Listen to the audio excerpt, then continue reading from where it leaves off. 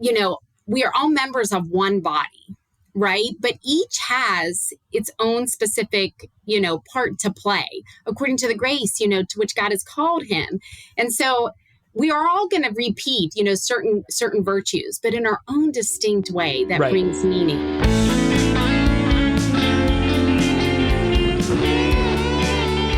Welcome to the Making Every Class Catholic podcast. I'm Dr. Brett Sockold.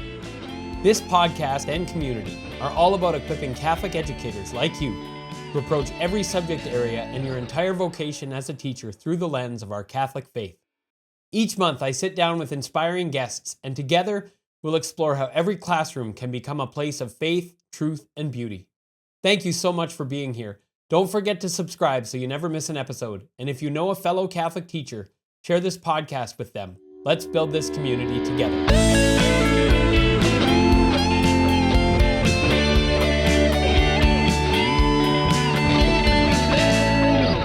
Well, welcome everyone to the Making Every Class Catholic podcast. I'm Dr. Brett Sockold, and I'm delighted to be joined today by Dr. Rebecca Rook of the Franciscan University of Steubenville. She teaches in the education faculty there. Welcome, Dr. Rook. Oh, I'm so glad to be here with you, Dr. Sockold.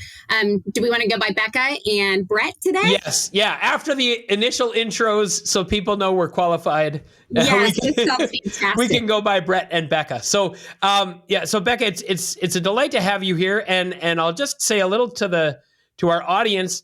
I invited Becca on the show because she has used my book, Educating for Eternity, which is the basis for this community.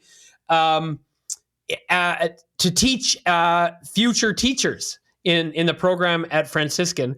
And when I wrote the book, that was one of my dreams, was that it would be used to train aspiring Catholic teachers. And so now I get a chance to talk to someone who's used it to do just that and hear how that went. And I know there's other people in our community and beyond who are using the book or are thinking about it for their own classes. And so I think this can give them some real insight on how they might do that. So thank you so much for using my book, and thank you for being on the show. Can you start just by telling us a little bit about your day job? You're a professor at Franciscan.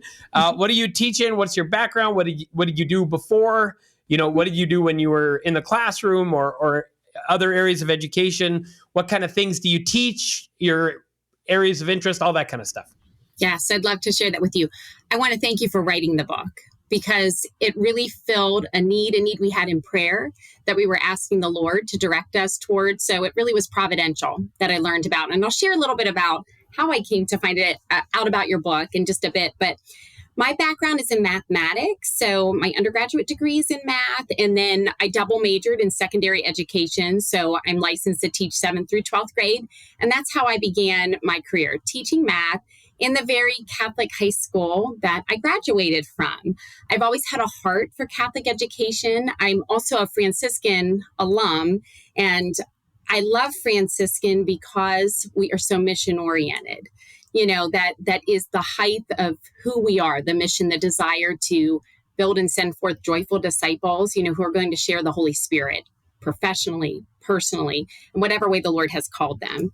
And so it was always a dream, even when I was a student here, to come back and teach on the faculty. I just wasn't sure if that was going to be in math or if that was going to be in education. Well, it just, so happens that what the Lord's call for me was to teach math education, teaching future teachers how to teach mathematics. So I spent some time teaching at the secondary level first. Then I spent a portion of time teaching math at a community college, which I was teaching actually secondary mathematics to these community college students, because it just so happens that really what ends up being a big area of struggle for students, particularly in like a junior college or community college, it's math. And they often can't get into college level courses, so they have to retake secondary content. And I really felt like what I did is I ran a math ministry while I was there, cheering these students on, letting them know, hey, you can do this. We can make you a patient problem solver. You can persevere. Like, struggle is part of learning math, and we develop our character through that. So I learned a lot about math's ability, not to just connote problem-solving abilities and, high order thinking skills, but its ability to form character, through that. And then I went on and I got my PhD, and then I was invited to come to Franciscan and be part of the full-time faculty in education. I primarily teach the math pedagogy classes, but I also mentor student teachers through some capstone assessments. I now teach foundations of education, which is where we integrated your wonderful book, and I chair the department as well. So got a lot on my plate, a lot of good work to be done. And I'm a mom of 6, 5 boys, 1 girl. So I hope that what my children are seeing, through what I live out in my vocation here at the university, is just how important education is to human flourishing and to formation. And they know that I'm helping to form the teachers that are coming into their very classrooms. So they give me a hard time all the time. Right. But I'm hoping that I am playing a role in helping to form the next generation of saints. Awesome. Thank you so much. Well, we could do another podcast just on math. Sure. And maybe like kind of the second half of this podcast, we're going to look at some projects your students came up with. And so maybe there's a math example in there somewhere. But let's put it in our pocket because the questions, as you know, in this area of approaching every subject from a Catholic point of view, very often people's first question is, but like, what about math, right? Right. So that could almost be another whole thing. But let's talk a little bit about the foundations class. Mm-hmm. So you used Educating for Eternity in the foundations class. Tell us a little bit about what is a foundations class, and then how you found the book and how it fits with what you're trying to do in that class. Absolutely. So one of the main reasons that we integrated the text into our foundations class is because before the integration of it really had more of a secular emphasis. If you think about Catholic and public schools, even though their missions are really different, public schools really focusing more on helping to develop good skills that will lead their students to getting a job, to being productive citizens. Catholic schools wanting to do the same, but much more so. They're aiming towards personal sanctification, evangelization, that supernatural vision as, Archbishop Miller puts forth in his very first mark. But their curriculum, the way they approach teaching, learning, it is primarily the same. That's because teachers are trained the same. And so that's coming from programs like ours that we're training for the same, reasons. And so we realized, my goodness, if we're really going to send forth what we desire to send forth, educator witnesses who are going to help, really imbue their curriculum, their teaching with a Catholic worldview, then we got to provide our teachers training in doing this. So in our foundations course, while we look at, the position of education in society, the history of education, different policies, legislation, a general overview of secular education, we really, particularly through your book, have inserted strong Catholic educational philosophy, still looking at what secular education philosophy is, because it's so important to, be in the world and know what's happening, but not of it. It has really given a more holistic view of what education is, how we are made, should dictate the way that we teach, and how we can use the content that we're teaching by the way we approach it, both through context and through content, to give our students an encounter with God. And so I integrated this text, and the way I approach it is we first look at what does it mean to, what does education mean as a profession? So we look at professional attributes of teaching. Then we look at teaching as a vocation. What does it mean to be called? And what is God asking us to do through this vocation? And then the next thing we do is we dive right into your book, into part 1. What are people for? And what is the purpose of the anthropology, how we believe, we are made and what we're made for, and what are the implications for education. And so we dive right into that. And then it's after that the students choose the content areas that they would like to focus in, particularly to craft Catholic academic integration units that really try to simultaneously foster the intellectual and moral virtues, so that we really are trying to teach them or give them the opportunity to learn more about integral education in each of the content areas. So yes, we put it right into foundations. It's taken by all freshman education majors, which means regardless of their licensure area, whether it's primary, middle childhood, secondary, they have to take this class. So I had 32 students in the fall, and they were from all 9 of our licensure areas, K to 12. So it was a robust group of students representing all those areas, and they dove right into the text. And I have to tell you, they loved it. Oh, that's fantastic. So everyone read part 1. Everyone read part 1. And for people listening who may not be familiar with the structure of the book, so part 1 is sort of foundational questions, anthropology, faith and reason, joy and virtue, truth and freedom. And then part 2 is just 8 chapters with very boring titles like science, history, math. It's just 8 chapters on 8 different subject areas. And often when I work with people in professional development settings who want to read the book with their staff, I'll say, you don't need to make everyone read the whole thing. Some keeners are going to want to read the whole thing, and God bless them. I'm not going to stop them. But if you want to save a little of your sort of social credit that you have to build up with your staff, get everyone to read part 1 together and then get them to pick the parts of part 2 that are most relevant to them. So it sounds like you did something similar with your group. Yes, absolutely. So I created, an outline for how this project was going to go. So the 3 main components for the students was, number 1, you were going to write a summary on what you presented in the chapter, because, you really demonstrate what you learned when you teach it. So they had an opportunity to present, and they chose, different groups to operate in. And I let the secondary and the middle childhood content areas pick their content, their chapter that they wanted to present on first, because they're focusing in either one content area or 2. The primary folks, they have to teach all of the content areas. So I knew that they were going to gain something very useful regardless of what area, they were focusing on. But the project that they had to do, they had to present a summary of the chapter, and then they had to design 2 Catholic academic integrated units for that content area. One that would be fitting for a K to 6 area, and one that would be fitting for a 7 through 12 area.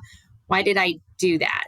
Because I really wanted our students to align these units to the Newman standards. And the Newman standards are broken up into those 2 bands, K to 6 and then 7 through 12. And I love the Newman standards because they foster integral human education. You see woven in there that there's an emphasis on the intellectual and the moral virtues, that we're fostering the body, mind, and soul all together all at once. And I wanted the students to align to those, but I also wanted them to align to our given state content standards and see that the 2 could work, simultaneously together, that they weren't contradictory, and so they got practice doing just that, aligning to these standards. And then they chose, topics that were of interest to them that aligned to these standards. And they also picked, various activities that were student-centered, engaging, asked big questions that, could provide a possible inroad to faith. And it was really beautiful to see the different topics that they came up with.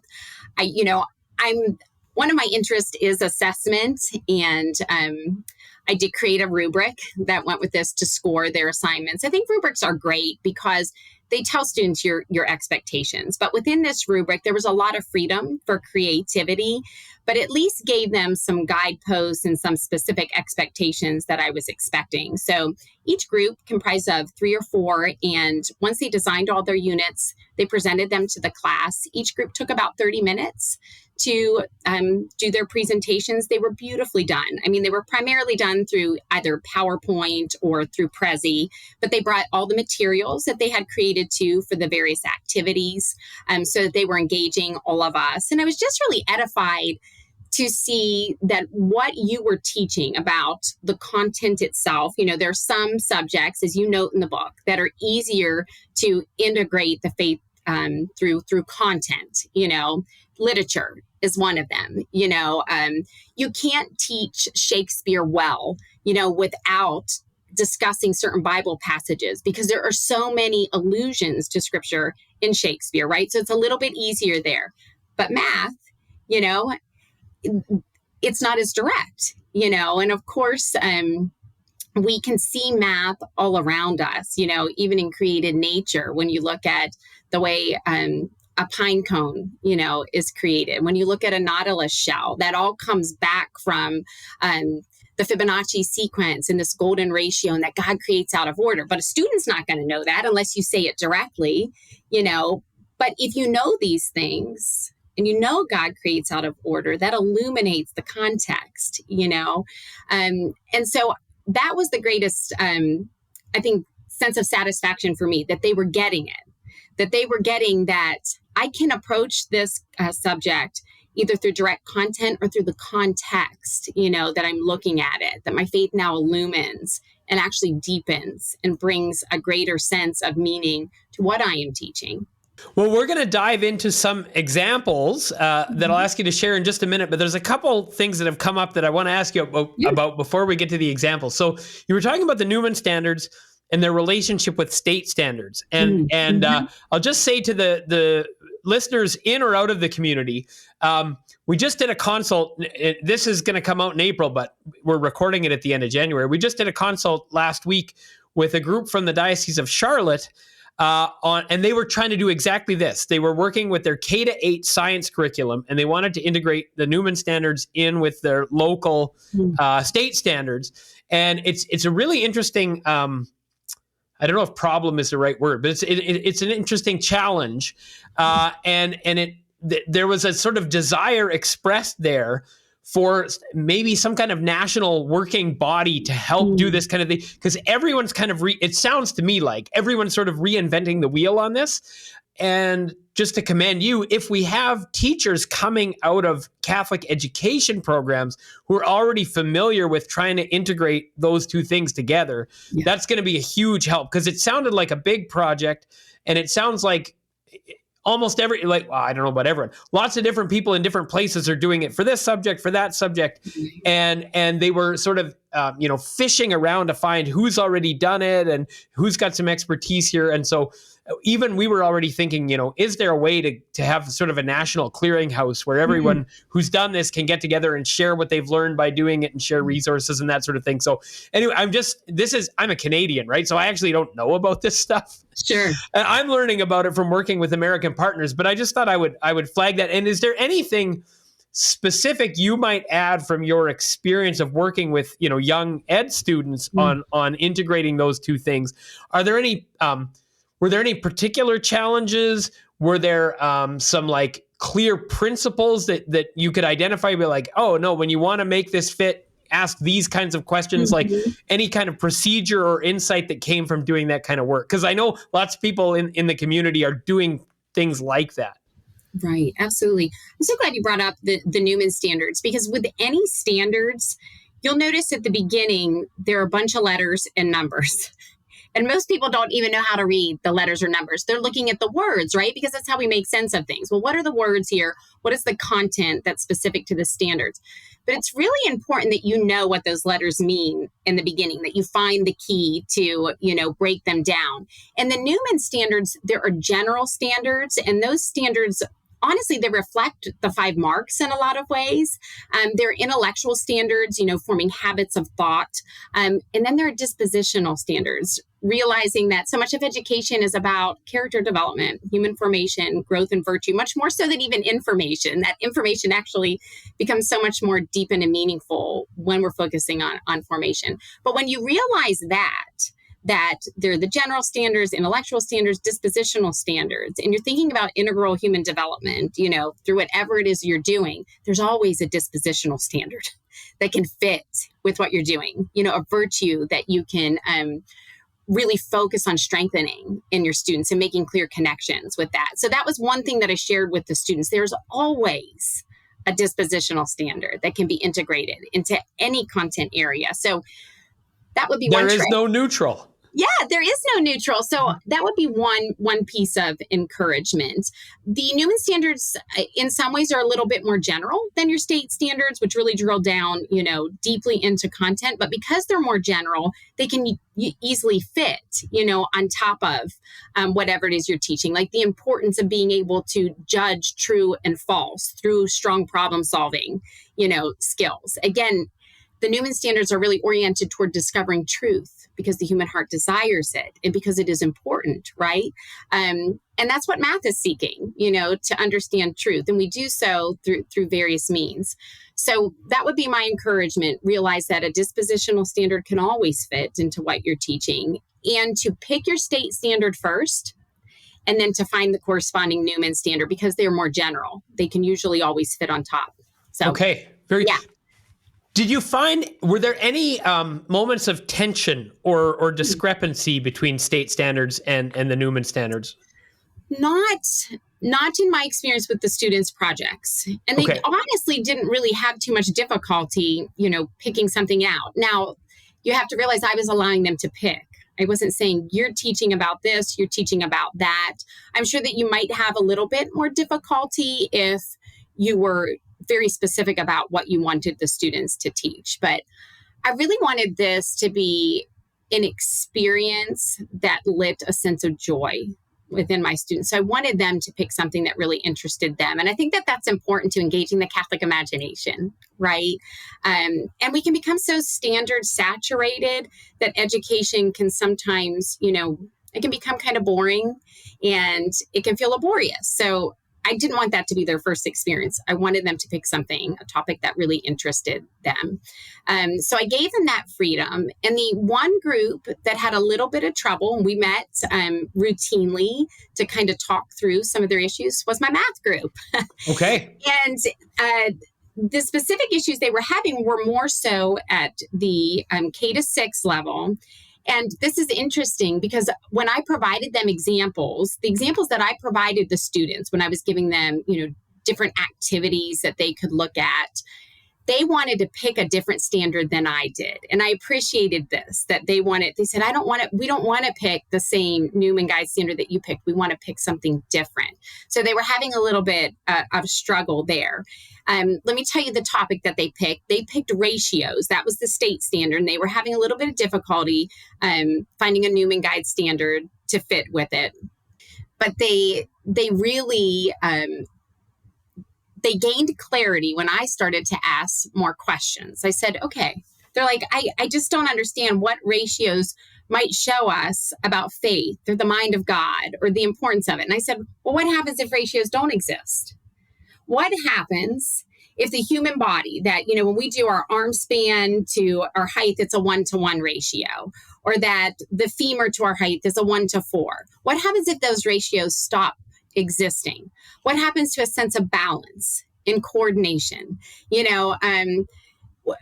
get in cars and we just expect our feet, to land on the pedal. How does all of a sudden, if those ratios don't exist, which are inherent in the human body, how does that, impact our ability to function in society?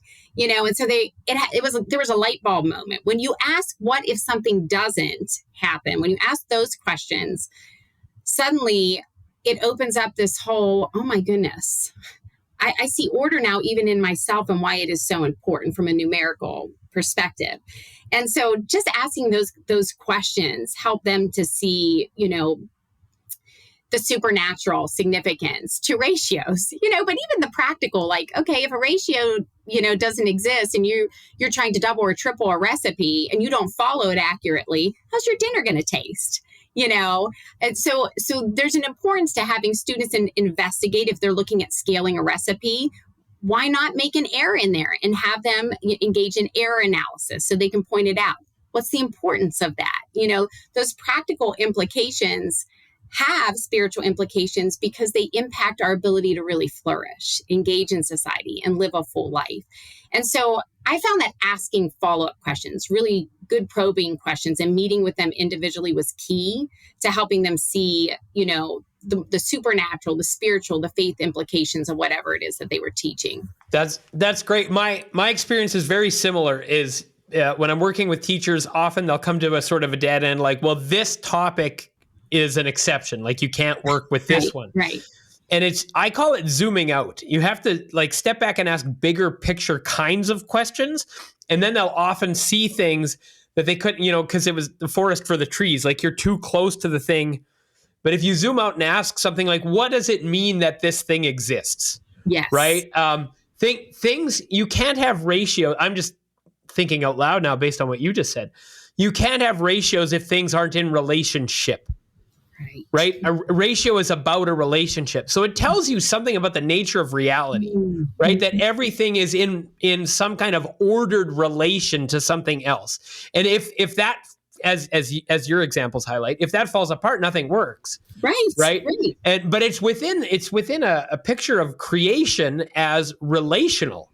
I wish my Latin was better, because I have this sense that there's like some etymological relationship between relatio and ratio. You'd have to ask. I would have had to do my research before to speak with any confidence on that. But anyway, but it's a great example of like zooming out, asking bigger picture questions, and then once you do that, and this is what I do in workshops with teachers, is I introduce a series of bigger picture questions, and it gets them from thinking like, well, this is just about the content, to like, what does the fact that this exists mean? What does the fact that humans engage with it in the way we do, what does that mean? And when you ask those kinds of questions, all of a sudden the connection with faith, which before seemed very arbitrary or impossible, now seems very natural and integrated and authentic. So it's kind of interesting that the process you describe of just asking those kinds of questions led them to the breakthrough or the light bulb moment. Yes. And, and it built relationship too. I think so much of teaching teachers, it really, and particularly with this Catholic academic integration too, because there's some hesitancy towards it. Oh, I don't know theology well enough, And I think you kind of say in the book, like, these various classes aren't becoming theology class, right? They are still rigorously and deeply their content area. But the faith implications, really deepen and illumine them. That's not to say that teachers shouldn't continue to immerse themselves in the understanding of scripture, of tradition, of our beliefs. In fact, I've even had some graduates tell me, these are math teachers in particular, they said, my students are often trying to derail me in class. I wish I took apologetics, because they're asking, faith questions. And they said, it's inspired me to learn more about why we believe what we believe so I can better defend it, so I don't want to take away from that. But I think we need to remove the fear element, because I think since we all have this inclination to truth and this desire to see the bigger meaning of things and the interrelationships of things, they're there. It sometimes just takes somebody to kind of mentor and ask the questions, and getting together with the students individually, it helps to break down some of that fear. It helps to get them more excited, and us forming a relationship together. I mean, I also feel like it's been really imperative in showing the gospel witness piece too, that we really, hope to demonstrate in our educator preparation program as a model for what we would hope that they'll do in the classroom with their students too. Right. Well, something that strikes me, students trying to derail a math teacher by asking them questions about faith. This is a special kind of opportunity, because you expect the religion teacher to give you the case for the church or for faith, right? When the science teacher or the math teacher can step into that, it's not only the content of what they share, but it's the form, right? The fact that you're the science or the math teacher, who in the cultural imagination are the logical person who's sometimes the opposite of the religious idea. When the science teacher can give a credible witness, it carries a certain kind of weight, at least for many students, right? And so I think, on the one hand, we don't all need to be theologians. On the other hand, we all need to be Christians.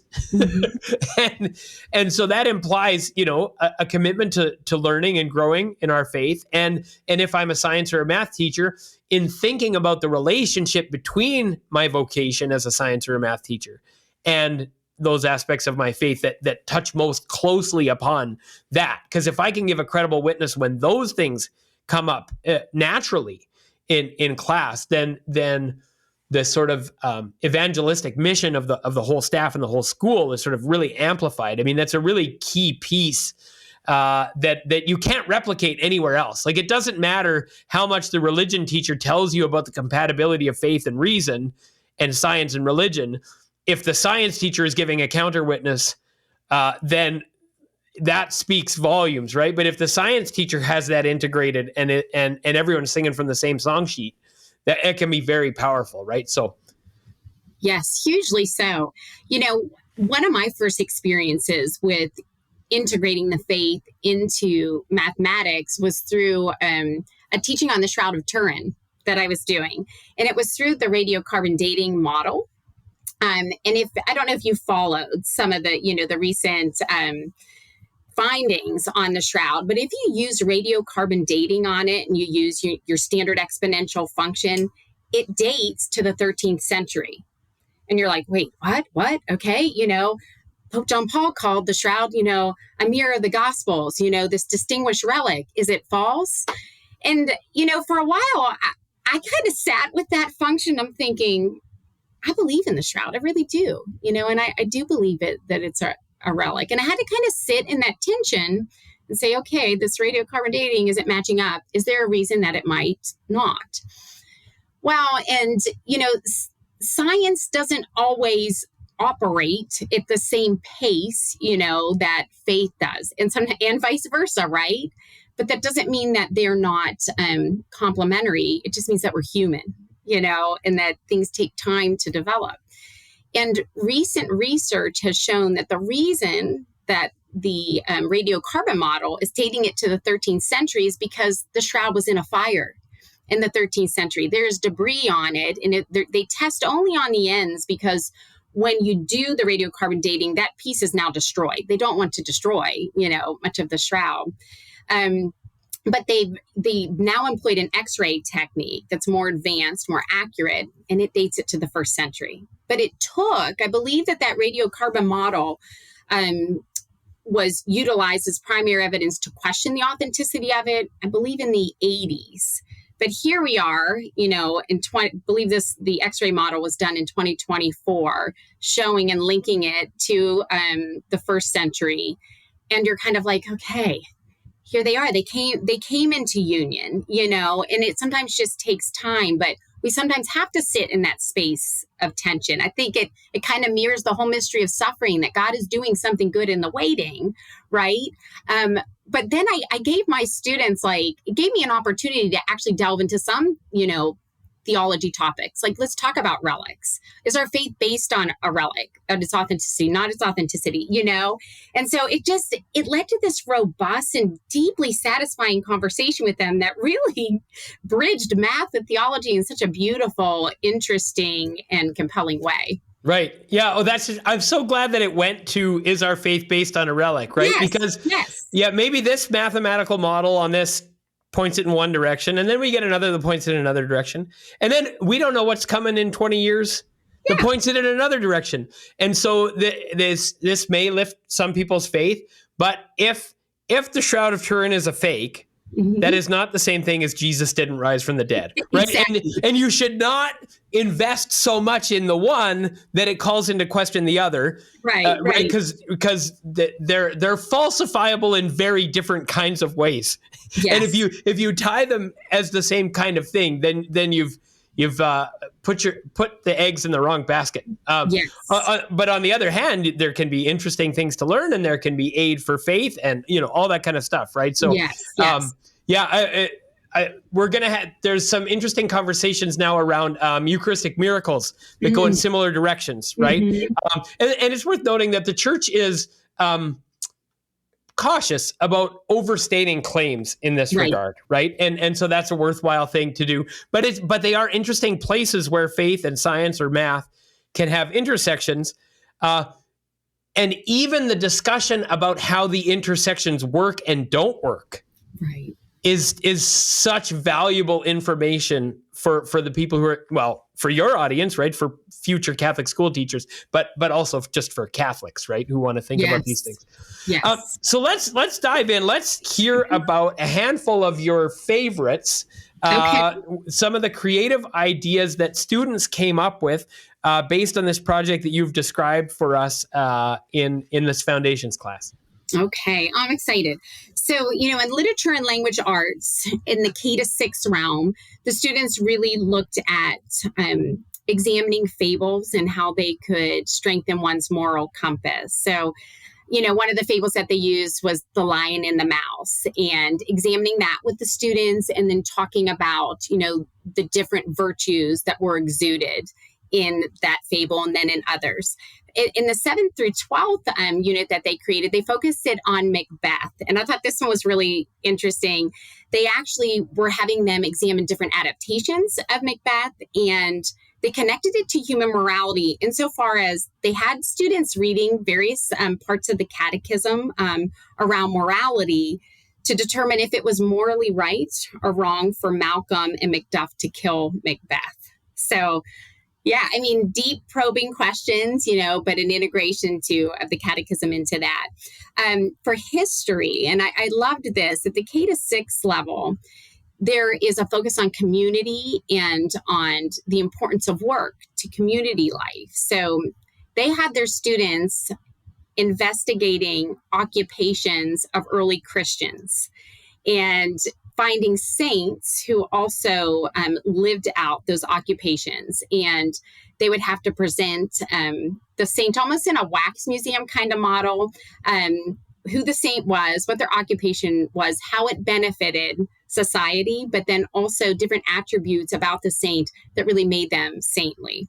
So that was at the K to 6 level with history. In the 7th through 12th, the students really wanted to focus on the Holocaust. And I think that may have been an idea that you had even given in the book as well. So, but they wanted to look at, the lived experiences of different folks during the Holocaust, particularly various saints. So they were looking at Maximilian Kolbe and, Edith Stein as well, Blessed Teresa Benedict of the Cross. And then they had a couple others that were not saints, but really exuded virtue, during the Holocaust. I think Elie Wiesel, is that how you pronounce his name, and then Anne Frank as well.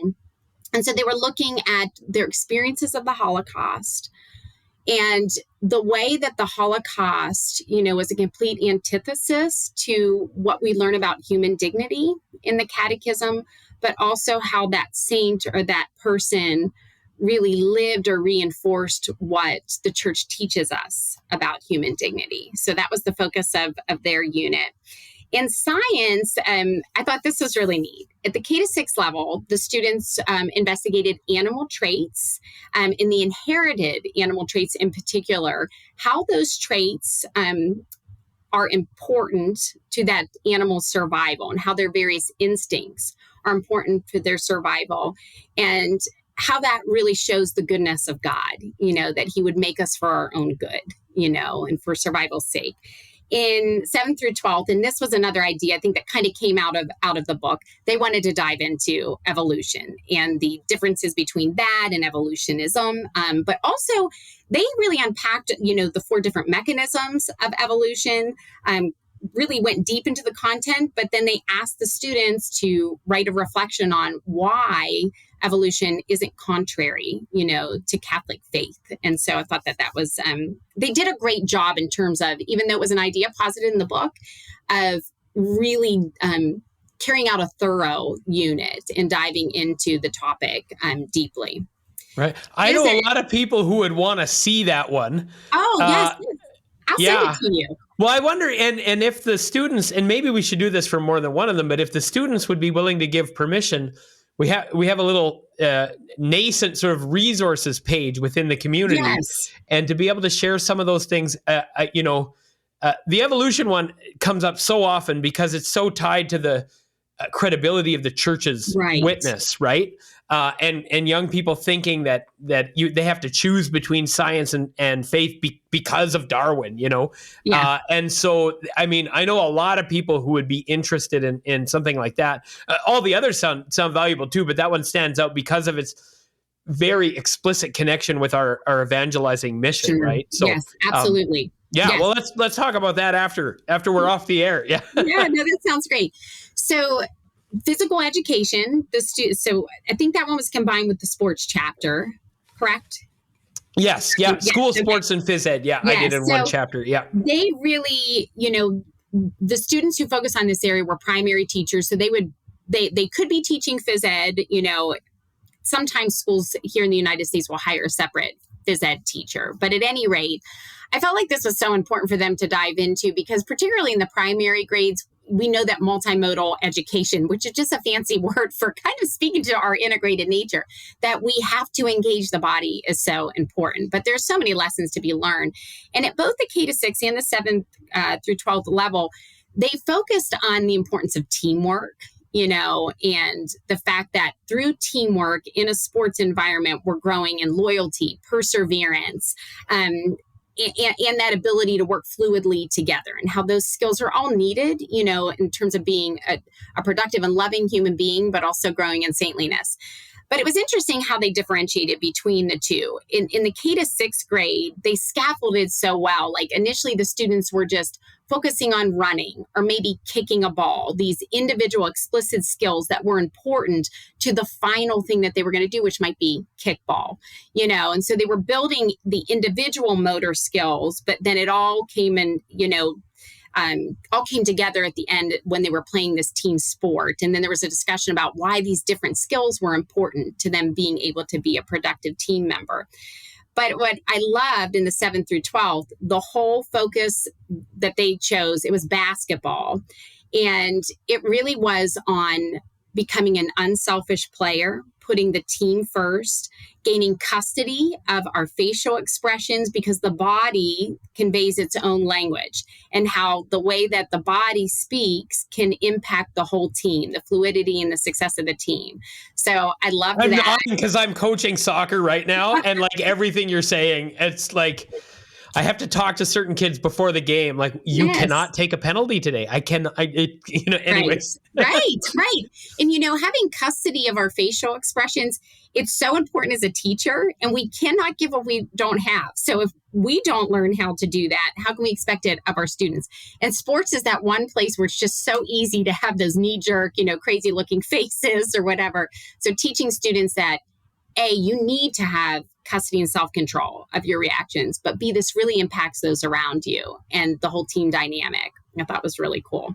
Right. I wish I would have put that in the book because it goes to my own experience as I'm an amateur coach. Like I'm not very good, or I'm not very professional, but I just, I'm a dad who coaches in the rec leagues with his kids. But everything you're saying, like when one kid can ruin the team's morale with one bad, or a coach, actually, a coach can do it even worse than a kid. I mean, if I've coached against coaches who you can see why their team behaves the way they do, because the coach is modeling that for the kids. And if the way the coach talks to a ref sets the whole team's attitude, anyways. Yeah, no, absolutely. Well, that could be part 2 or the sequel to the book. That can be integrated. So in civics and social studies, the group for the K-6 area, they had them focusing on labeling a map. That's a critical skill, and learning geography skills. But then they looked at each continent and the oceans, and they talked about the natural resources and the goods that those provide, to humanity, and how, God ordained, the land and the water to provide those things, and how, all the continents, the oceans, all of it exists in this one earth that, really reflects our shared humanity too. So kind of drawing them into that too, that this is something created for us. It's something we share. In grades 7 through 12, I loved the unit they created. It was all focused on stewardship because there are a lot of emphases on civic participation and skills in social studies. So they actually, as part of their unit, had the students going and attending a local city council meeting and identifying a problem that exists and coming up with a solution to the problem. And also showing some degree of personal accountability by getting involved in a service project to help with that problem as well. And so the whole emphasis there was building up society, and realizing that we have a contribution to make to the common good, but also engaging in problem solving skills too. Right. So, the lovely thing about, teaching in light of a Catholic worldview is when you're focused on the integration of mind, body, spirit, but also trying to draw folks always to God, you naturally are integrating all these subjects together, right? Because nothing, I can't remember which church document said this, but, no subject is an island unto itself, right? They're all connected. And I think there's a desire for us to connect them, because there's truth in the connections, and they all inevitably point to God, who's Right. holding all those things together. So I was noticing that throughout all these units, that they were connecting to all these other content areas. This has happened to me. So when I wrote the book, I didn't imagine this at all. I make a couple passing references to potential cross-curricular work. I think at the end of the math chapter, I talk about how you could bring in a piece of music and look at it mathematically and then notice how it makes you feel, right? If you listen to something in a major key or a minor key, you feel differently. And you can describe the difference between a major and a minor key mathematically, right? So anyways, I had one or two kind of one-offs, but I hadn't thought systematically about it. And when I started working with teachers in workshops, it happens naturally every single time that the artificial borders between these different domains of knowledge starts to break down. They're there for a reason. Like each discipline rightly has its own proper methodology. That's good and true. But human the human desire for truth is not sort of limited or discreetly sort of segmented off in these ways, because as soon as you start thinking about bigger picture questions than just the what or the how, and if you start thinking about the why, all of a sudden, all these things start coming, and it's not just that faith starts integrating with math or literature, but they all start integrating with each other. And because that's like truth is, this is Balthazar, I think, truth is symphonic, right? There's like the different disciplines are all saying a true thing in their own voices, but truth is one. And so you're going to necessarily find the intersections as soon as you can zoom out just a little bit, right? So if there was a, second edition of the book, I think there would need to be a chapter on that dynamic, how this plays out in the breakdown of the rigid sort of silos between the disciplines. And another thing I've seen here is elementary school teachers who really intuit how to do this well.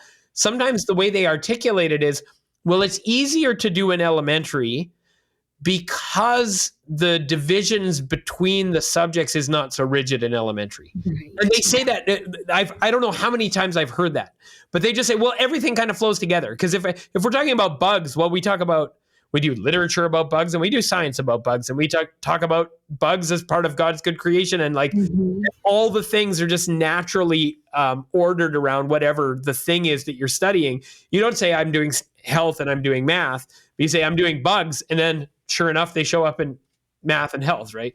Right. Well, if you look up a best practice for teaching primary education, it's going to say make interdisciplinary connections. Right. It's interesting because when our student teachers are about to graduate, they complete a capstone assessment that's nationally scored. It's really rigorous, but it's also fantastic. One of the things that the primary educators have to do to score well is make interdisciplinary connections. Well, if something is a best practice, it's a best practice because it reflects truth, right? So we know that the human heart, the human mind is desiring to see these connections. It naturally stokes a sense of wonder and engagement and curiosity. And I do think for primary teachers, it's probably easier than for middle or for high school because they also have a self-contained classroom. They're teaching all of the subjects. Right. So they've planned, they know what happened in, literature that day or in phonics and in math, so they can more easily integrate, across. It does take a little bit more work, I think, for your middle and your secondary. And I think sometimes the middle and the secondary are a little more pressed for time. So that's another reason why we tend to isolate, Right. But I tell you what, you make a few really good, strong interdisciplinary connections, those students will carry those with them for years to come. I just think it naturally just resonates with our desire to see the interconnectedness of things. One of the best ideas I got for a sort of authentic integrated approach was from a grade 6 phys ed teacher. And only a theologian would have never come up with this. Only a classroom teacher would have come up with something so practical. He said, I'm just going to read the religion curriculum, so I know what they're talking about in a given week. And then when things happen naturally in the class, I'll know in a way analogous to what the grade 2 teacher would know because they teach all the subjects, right? But I'm the grade 6 gym teacher. I don't teach all the subjects, but I'll read the religion curriculum so I know what they're talking about. And when the natural opportunities for connection come up, I can just make the connections and have the conversations. I don't even have to do a lesson plan.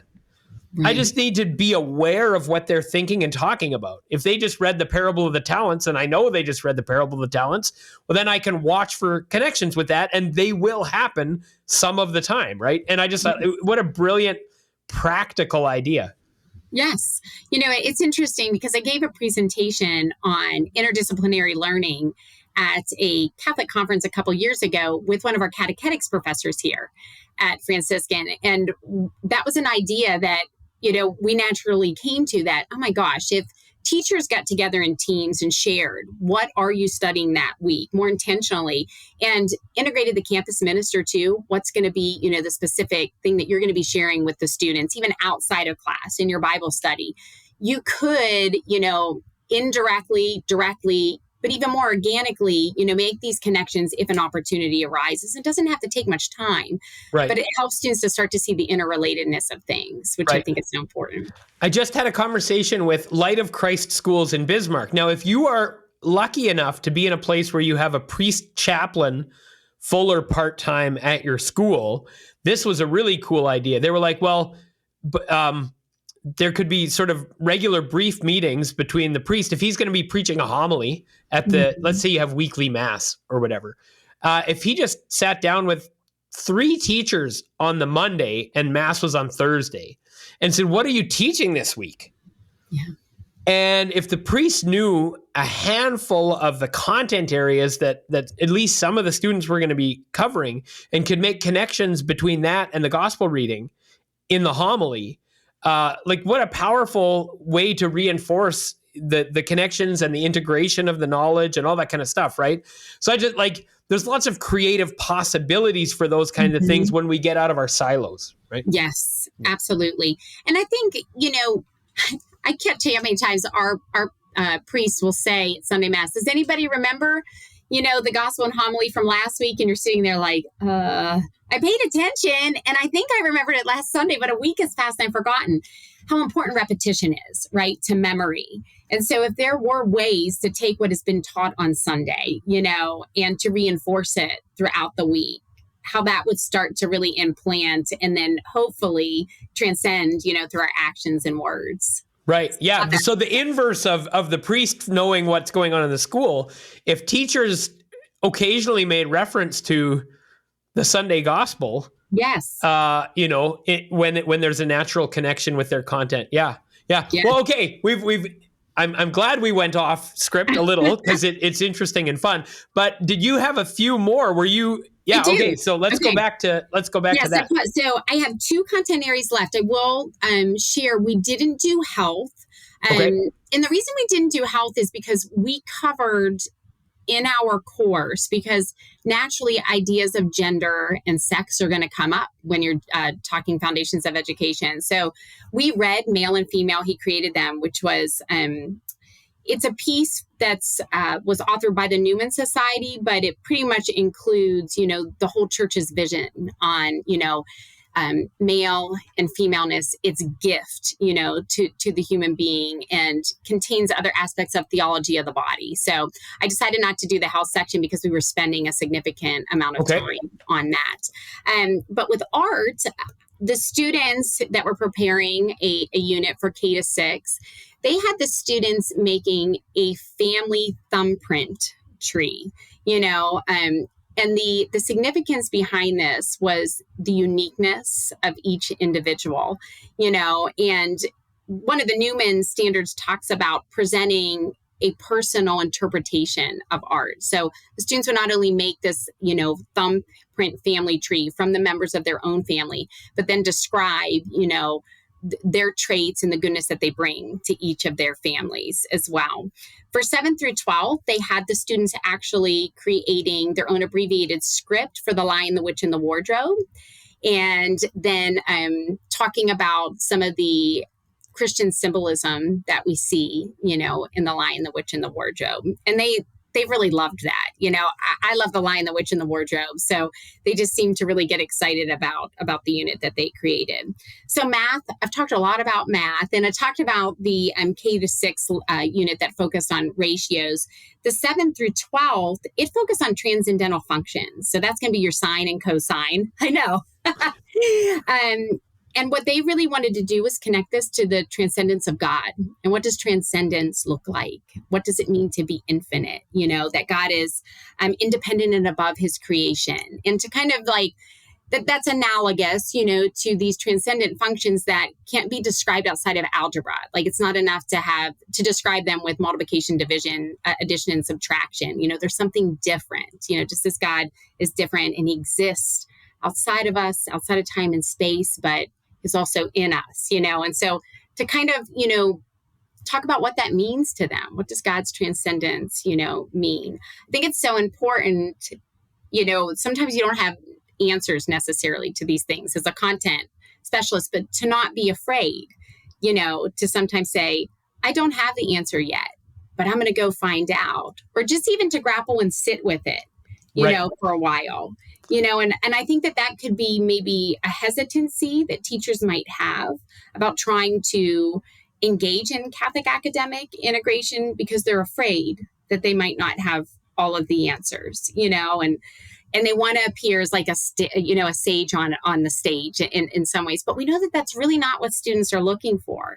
They're looking to see that you deeply care about them, that you're relational, that you love, what you're teaching, and that you're willing to learn more. And I think sometimes saying, I don't know the answer to that yet, but it's fascinating. I'm going to go learn more. And I think that that's such a witness, because a teacher should be a lifelong learner, right? And I think through that witness of your openness to continue to learn more about the faith, and to even sit sometimes in those spaces of tension where you don't know, really exemplifies your love of the faith, your perseverance, and your character, which we learn so much by watching the way a teacher conducts him or herself.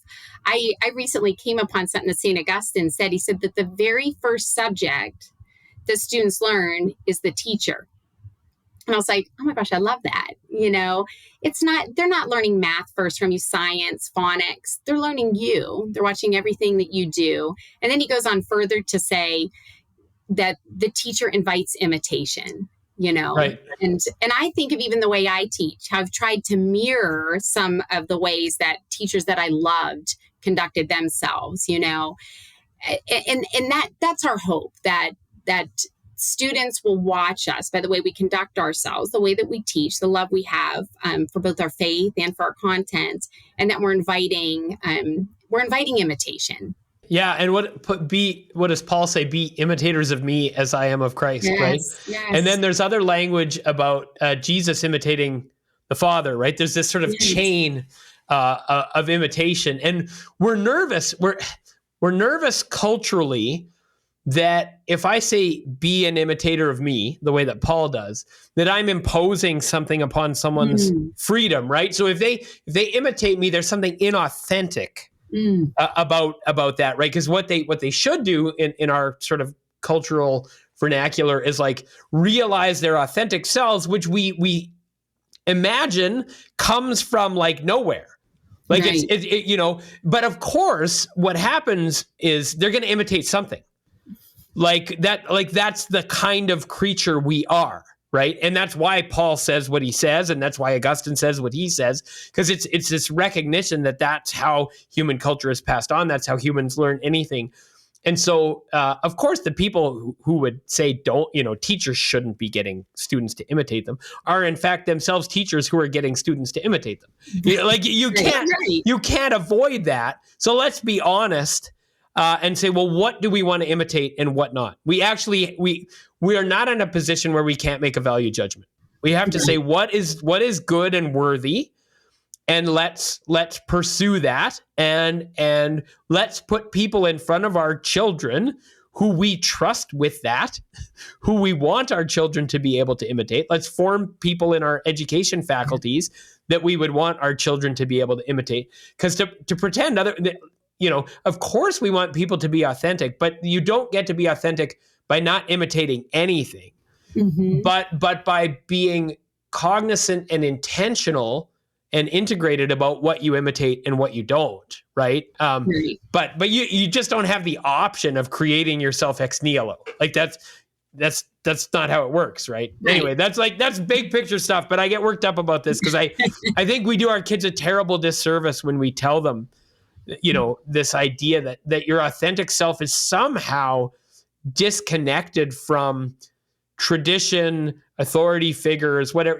Well, no, you just replace it with other traditions and authority figures who are pretending that they're not, and then somehow get to fly under the radar and avoid, any questions we might have about them, right? And so, right. Anyway, well, don't you think it connects all back to that we're relational? That we're made for each other. So there is a definite good that each of us brings to another. And that good could be in the good example that you are setting for me so that I might better represent or portray Christ through that beautiful example of him, that you are representing. But I do it in my own unique way, right. And it makes me think of Corinthians that, the verse we are all members of one body. Right. But each has its own specific, part to play according to the grace, to which God has called him. And so we are all going to repeat, certain virtues, but in our own distinct way that brings meaning. Absolutely. If you look at the history of saints, one of the commonly recurring storylines is saints who read stories about saints and then become saints. Yeah. And this is right. So one that lots of people might be familiar with is Ignatius of Loyola, right? Gets his leg blown up by a cannonball. He's convalescing. There's no romantic. He wanted all the fancy romantic, literature. That's what he was into. And it wasn't around. So he had to read these boring saint stories. And then it turns out they weren't so boring. And then he was inspired to become a saint. Well, nobody thinks oh, Ignatius was not original. Right. Right? Like it was profoundly original. But he was trying to imitate, right? So these two things aren't actually opposites in practice. And we know that even from our own lives. If I tell you my favorite high school teacher, I imitated him in many ways, but no one would mistake me for him. Right. And there's something slavish about that. If you did, there's something inauthentic, Yes. So, yeah. Anyways, well, that could be a whole other podcast too. No, absolutely. Before we wrap, now we're going to go into the extended version for members of the community. I have a few questions from community members that they submit within the community that are available exclusively to community members. So what we're doing right now is available to everyone, Spotify, YouTube, all that kind of stuff. So before we wrap what we call the main body of the podcast, why don't you tell people where they can find you or anything that you're working on or if they want to apply to come be a student of yours at Franciscan or whatever you've got, where should people look for your work? Absolutely. So it's been such a gift to be on here with you. And I'm just so grateful, Brett, for the work that you've done to help form educator witnesses. The Catholic schools have been really blessed in the past couple years to see some growth, right? I think COVID helped to propel some of that because a lot of schools shut their doors, but Catholic schools stayed open because they realized the importance of being face-to-face, of being present to one another. I think that gave people an opportunity to see what mission-mindedness, a Catholic mission of saint-making and of flourishing in this world so we can flourish in the world to come, how it really matters, But I also think people are tired of some of the crazy ideologies that are infiltrating public schools, and they know they don't correspond to truth, So we've been blessed to see. I feel like we're just at the beginning of a revitalization in Catholic schools. And I think your work is going to be so instrumental in the good work to come. So I thank you for that. And I'm just thank you so much. Yeah. I'm so grateful to have the resource in the book because it really has been significant in helping us to train educator witnesses, who can imbue their curriculum, their their teaching through content and context with a Catholic worldview. So I can be found at Franciscan University in Office Egan 239, if you want to find me specifically. If you go to franciscan.edu, you can find easy access to apply to Franciscan. We would love to have you here. There is a national teacher shortage, so we are in desperate need throughout the United States, I'm sure beyond, for good teachers, and teaching is a vocation. It is a calling that the Lord places on the hearts of folks. So if you have felt that call, a desire to be an educator witness, to help form the next generation of saints, come to Franciscan. We need more laborers for the vineyard.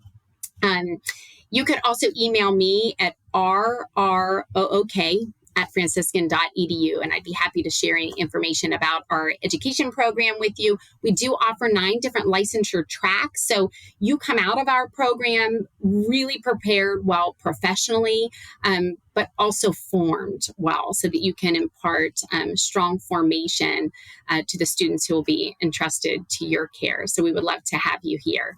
I think was that the primary information you wanted from me? Yeah. Well, and I'll just mention, I think you might hear from other professors who might want to use the book in one of their classes and might like to pick your brain about some of the particulars of that. So that might be another group that might be interested. Oh, yes. Fantastic. And if anybody would like to partner more on further researching ways that we can prepare the next generation of teachers for teaching in light of a Catholic worldview, for being stronger gospel witnesses, for helping to teach our content deeply and rigorously while helping to keep our students' eyes on heaven, I'd really be interested in partnering, and doing more research and work on that. That tends to be my primary area of focus right now, is preparing educator witnesses and how we can do that better at the university level. Excellent. Well, Dr. Rook, it's been a blessing and a pleasure to have you with us. Thank you so much for joining us today. Oh, thank you so much. This has been a gift.